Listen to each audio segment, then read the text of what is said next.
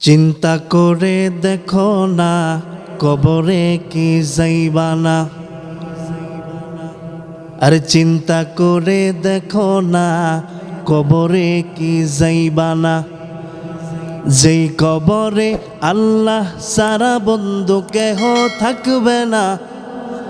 যেই কবরে আল্লাহ সারা বন্ধু কেহ থাকবে না।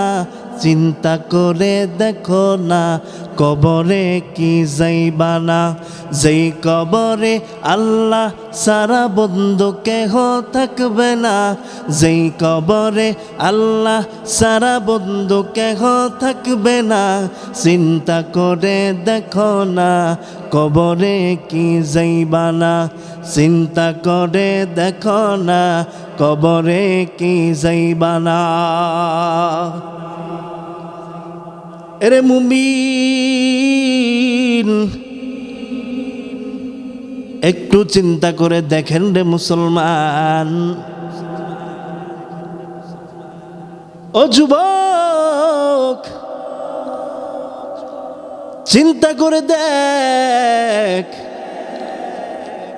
আজকে তুমি কানের মধ্যে ইয়ারফোন লাগাইয়া গান শুনতে শুনতে তুমি ঘুমাও। ধরো আজকে তুমি যখন বালিশের মধ্যে মাথা লাগাইলা তখন তুমি ইয়ারফোনটা কানের মধ্যে লাগাইয়া তুমি হিন্দি গানের মধ্যে ঢুকে গেলা। গান শুনতে শুনতে এমন একটা সময় তুমি ঘুমাইয়া পড়লা। তোমার চক্ষু দুইটা বন্ধ হয়ে গেল, তোমার কানের মধ্যে গানের বাজনা বাজতেছে। এমন সময় যদি তুমি যুবক তোমার চক্ষু দুইটা যদি আর না খুলে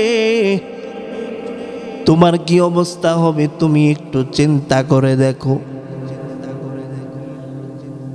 মৃত্যুর যন্ত্রণা তোমার কতটুকু গভীর হবে, কত খারাপ তোমার লাগবে, কত কষ্ট তোমার লাগবে। আরে মুবিন, ওরে যুবক ভাই, এখনো সময় আছে, নিজের জীবনটারে পরিবর্তন কর। হেলায় খেলাইয়া জীবনটা নষ্ট করিস না রে যুবক। আজকে একটা অপকর্ম করতে করতে যদি তোমার মৃত্যু হয়ে যায়, আজকে একটা জিনা করতে করতে যদি তোমার মৃত্যু হইয়া যায়, তোমার ঠিকানা চিরস্থায়ী জাহান্নাম। মৃত্যুর পরে কবর হইল তোমার প্রথম ঘাঁটি, প্রথম স্টেপ।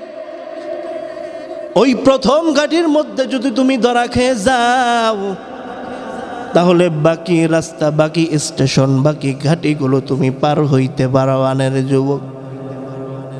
রে যুবক এখনো সময় আছে, নিজের জীবনটারে একটু পরিবর্তন কর।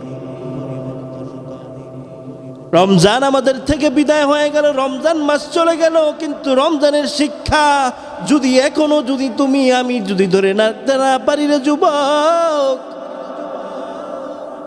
তাহলে তো আমরা ধ্বংসের কাতারের মধ্যে চলে যাব। আল্লাহর হাবিব তো বলে গিয়েছেন, যে মানুষ রমজান মাস পাইল কিন্তু নিজের গুনারে মাফ করাইতে পারলো না, ওই মানুষ ধ্বংস হোক।